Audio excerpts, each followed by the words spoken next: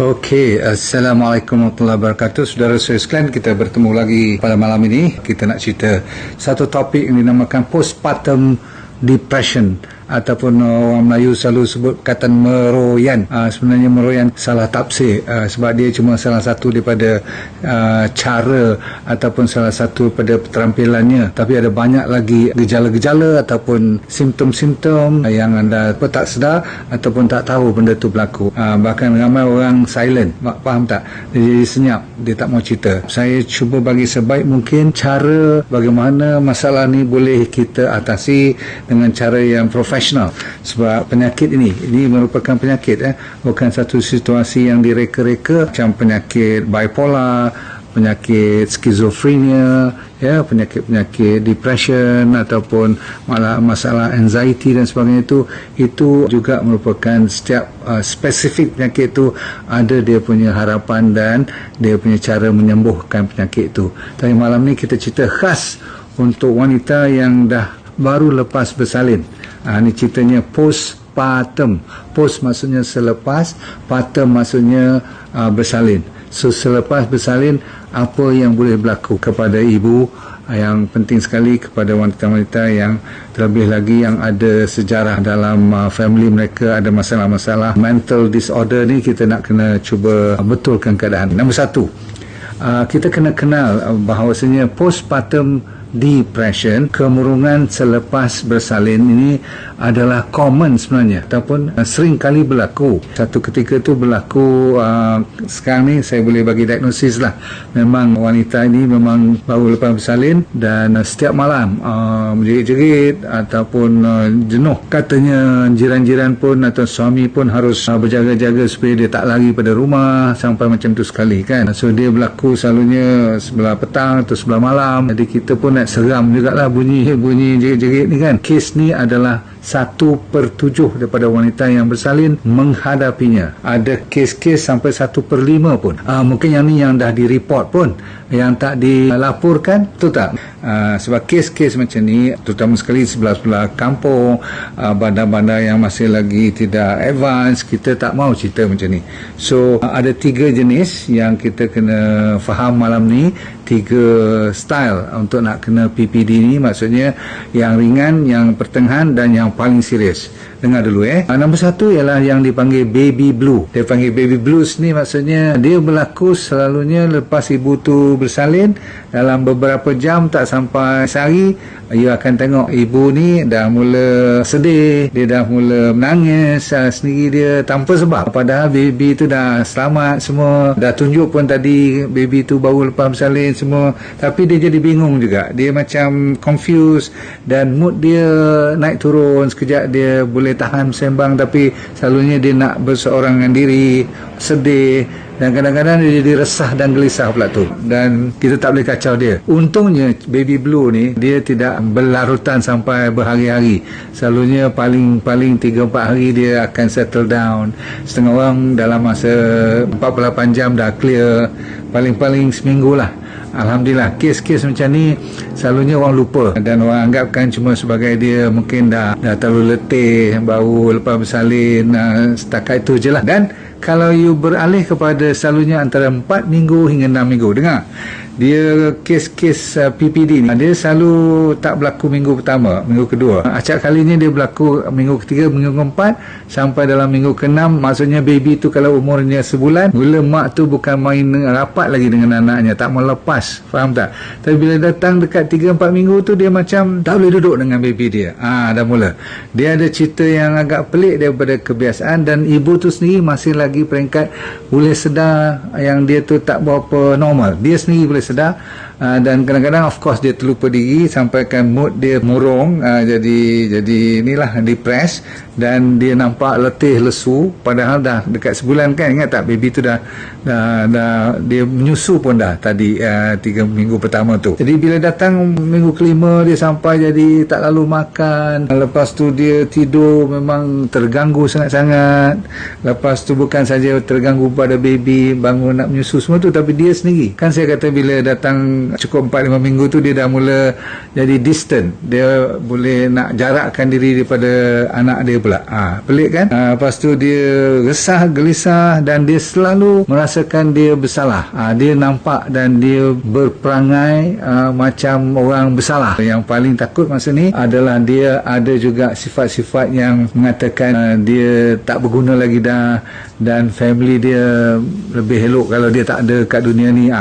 Berarti masa ni lah daripada mereka yang semua yang kena PPD ni, kalau di negara luar dah ada kajian 5% orang kata apa, bunuh diri sendiri lah. Bermaksud mereka suicidal, mereka ada pemikiran, dan memang ada pun yang bunuh diri. Itu yang takutnya. Tapi kalau takat bunuh diri, kita tak takut lagi. Yang you dengar cerita-cerita yang pelik-pelik. Kenapa saya nak buat juga cerita ni, sebab orang malas, dan dia sendiri, ibu-ibu ni, kenapa dia tak mau cerita juga, sebab nanti takut orang label dia satu, nombor dua, orang akan tangkap dia dan letak dia berasingan. Sebab apa? Dia ada pemikiran yang nak bunuh anak pun. Pernah dengar tak anak kena kelar kalau tak dijaga? Dikelarnya baby tu, jangan main. Sebab dia tak sedar masa dia ambil pisau, sebab dia ada bayangan-bayangan yang boleh sampai peringkat dia jadi pembunuh pun. Jadi dahsyat tak? Sebab dia sentiasa, orang yang macam ni kalau dibiarkan terus tu, kadang-kadang tu sampai boleh serius. Kalau bagi ubat pun kadang-kadang dia tinggalkan ubat tu, sehinggakan 50% daripada mereka yang sengsara penyakit ni boleh berlarutan sampai lebih daripada setahun. Ada 30% daripada mereka semua ni dibuat kajian sampai 3 tahun lebih pun ada. Masih ada lagi ruang-ruang yang belum ditutup. Maksudnya dia masih memikirkan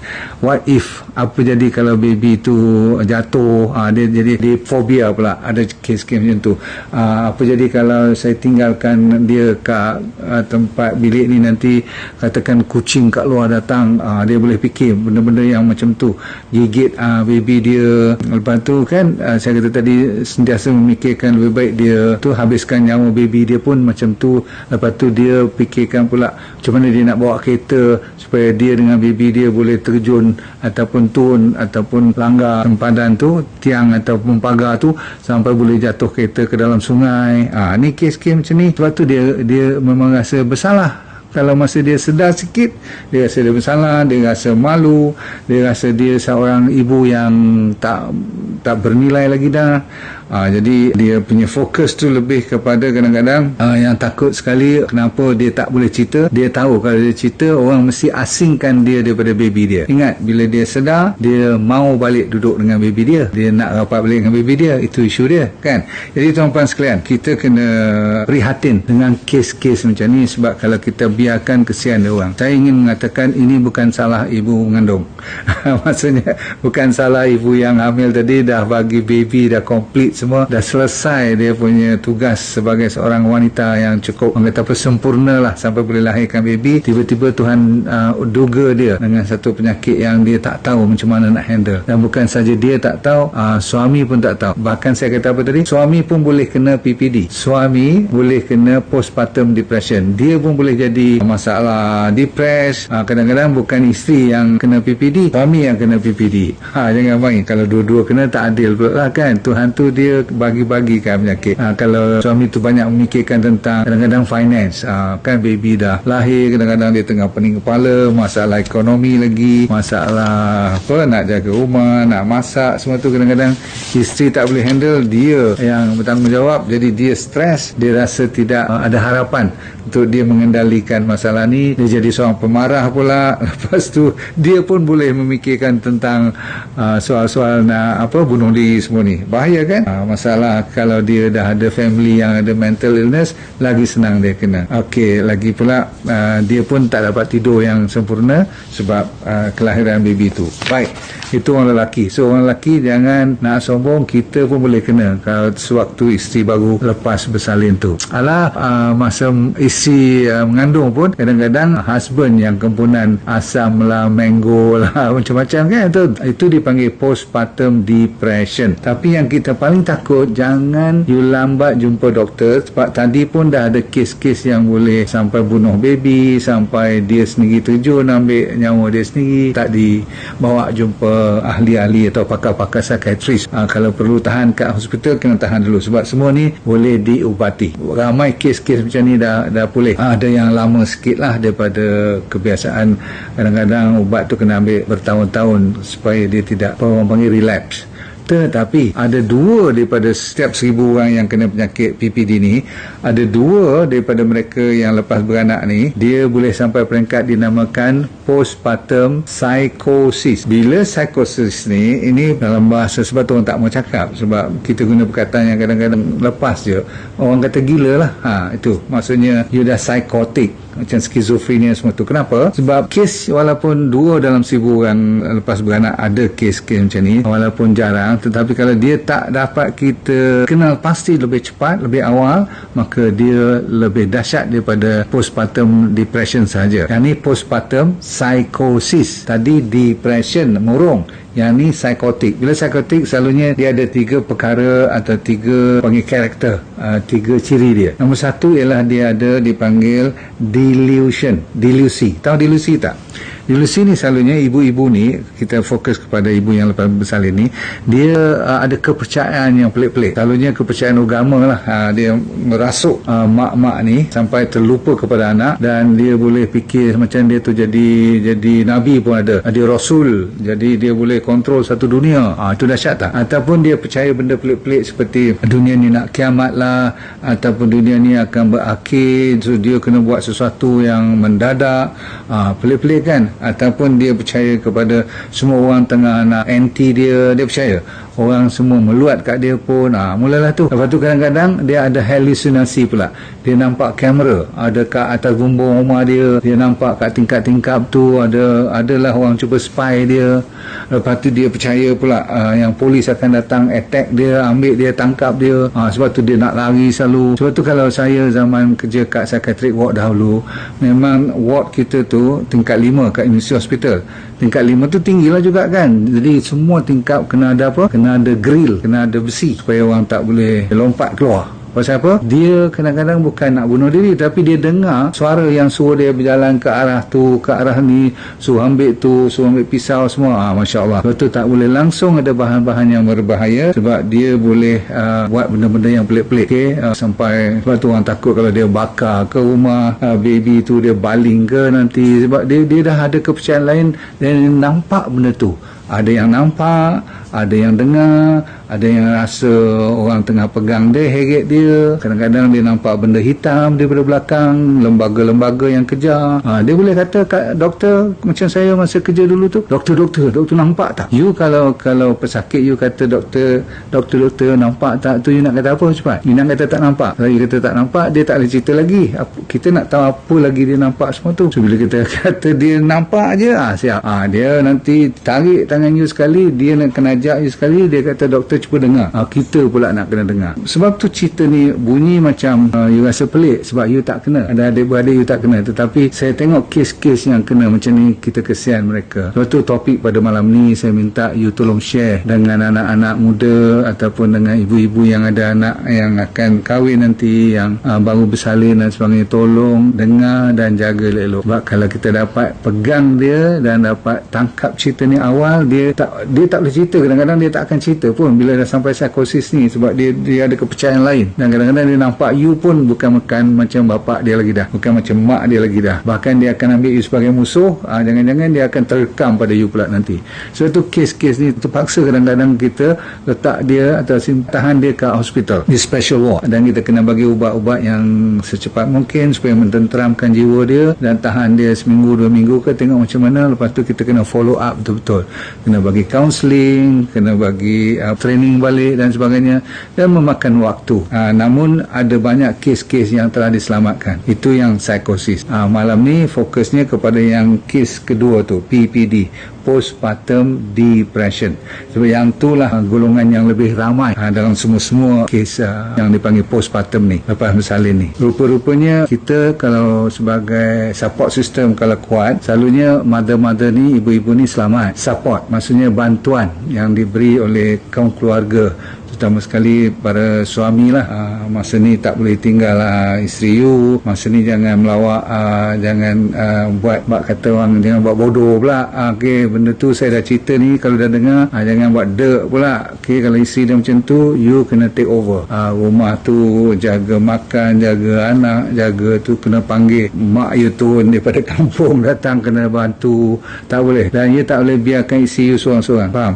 Okey, you kena betul jaga dia macam budak kecil. Sebab kalau you lepas saja, nanti kadang-kadang takut dia buat sesuatu yang tak diduga, faham? Tetapi masa dia tengah relax, tengah sedar, kalau PPD ni bukan dia sampai jadi macam gila tadi, tak, tapi dia masih lagi ada pemikiran-pemikiran yang cukup kusut. Maka you banyak memainkan peranan selain pada banyak doa, selain pada banyak zikir, bagi dia juga jangan lupa sembahyang dan sebagainya tu. Sebab ini juga memang kalau dari sudut perspektif perubatan Islam, memang ada kaitan dengan syaitan lah, memang ada kaitan dengan inilah jin, iblis semua ni kan. Tapi mungkin ada betulnya juga. Saya tak pandai cerita-cerita macam tu, tapi saya percaya apapun kita kena banyak berdoa semoga isteri ataupun ni ibu kepada anak yang baru dilahirkan ni selamat, ya. Jangan sampai terjadi kes-kes macam luar negara terlalu banyak, sebab mereka tak tahu kat mana dia nak pergi. Ujung sekali didapati melalui sains, kalau ditambah dengan ada benda-benda yang saya cerita ni, kalau tak cukup, umpamanya dia tak cukup zinc dan tak cukup chromium, ada bahan-bahan mineral, dia juga adalah penyebab yang terselindung, yang menambah lebih teruk lagi. Bahkan memang kajian kata B12 kalau tak cukup boleh menyebabkan PPD juga, ataupun menambah teruk lagi. Dan yang kita bernasib baik, malam ni kita belajar vitamin D3, K2 dan omega 3 memainkan peranan yang paling utama dalam kes-kes yang macam ni. Saya ulang, omega 3 369 itulah kan. Lepas tu dengan vitamin D, D3K2 tu memang terlist kat sini nombor 1 sebenarnya, atas sekali. Alright. Lepas tu blood sugar, kalau tak kontrol blood sugar, lagi dahsyat dia punya meroyan ni. Okey, tak cukup tidur memanglah. Kalau tak cukup probiotik atau prebiotik, kanan kita tak cukup serat, dan kita membiarkan body kita ni letih, lesu. Ibu-ibu ni tadi tahu dia dah dalam ada gangguan ni, suruh juga masak, suruh juga dia tu, dah lepas bulan kan sepatutnya macam normal kan, tapi dia masih lagi tak normal. You kena respect dia, kena hormat masalah dia ni, faham? Lepas tu masalah menses nanti lepas 2-3 bulan tu macam mana keadaan dia, ada lagi tak dia makan ubat-ubatan lain macam ubat blood pressure ke, ubat diabetes. Okey, dan penting sekali kalau di ketika yang waktu yang sama ni dia juga ada stres-stres lain. You pula bawa balik cerita yang pelik-pelik. Masa ni kalau suami buat perangai, buat cerita lain, kesianlah kat isteri you, memang dia tak ada chance nak baik pun, faham tak, kalau buat cerita lain. Okey, baik. Environment kena bersih. Saya kata apa, tak boleh isap rokok depan isteri yang tengah ada depression ni kan, ada masalah meroyan ni. You kena belajar sama-sama dengan isteri sekali-sekala, buat D&D diet betul-betul, puasa boleh mententeramkan jiwa juga. Okey, dan bawalah berjalan, maksudnya exercise sedikit. Memang kalau keluar peluh tu, kata orang keluar endorfin tu bagi keluar masalah-masalah tertekan ni. Yang paling penting kalau nak ambil benda-benda cicilan ni, ambil pumpkin seed, kuaci labu tu. Kata orang kuaci labu ni boleh menghilangkan masalah-masalah yang super macam ni lah, sebagai makanan tambahan. Kuaci labu pelik tapi dalam tu sebenarnya ada magnesium. Apa saja yang ada magnesium boleh mententeramkan keadaan, termasuklah sayur-sayur yang menghijau, ulam-ulam. Alright.